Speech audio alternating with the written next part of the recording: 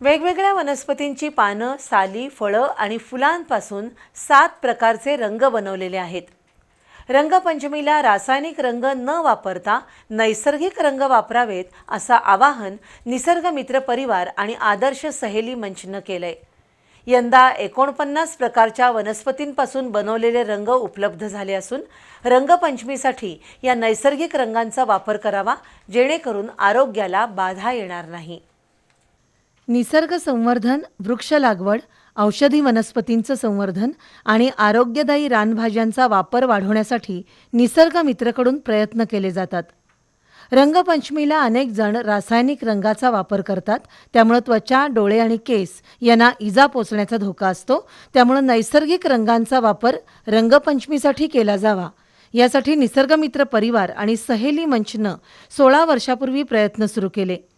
विविध वनस्पतींची पानं, साली, फळं आणि फुलांपासून 7 रंग बनवण्यात आले. झेंडू, गुलाब, सेंद्रिय पळस, काटेसावर, पांगारा, बेल, कुंकुफळ, पारिजातक, कडुलिंब, मेहंदी, नीलमोहर, बहावा, हिरडा, बेहडा, डाळिंब साल, जांभूळ, पुदिना, पालक, जास्वंद, बीट, टोमॅटो, गोकर्ण, शेवगा, कढीपत्ता अशा वनस्पतींचा नैसर्गिक रंगनिर्मितीसाठी वापर केला जातो. त्यातून निर्माण होणाऱ्या रंगांमुळे त्वचेला किंवा डोळ्यांना कोणतीही इजा होत नाही. हे रंग पाण्यात सहज विरघळणारे असून त्वचेला एक प्रकारे उपयुक्त ठरतात.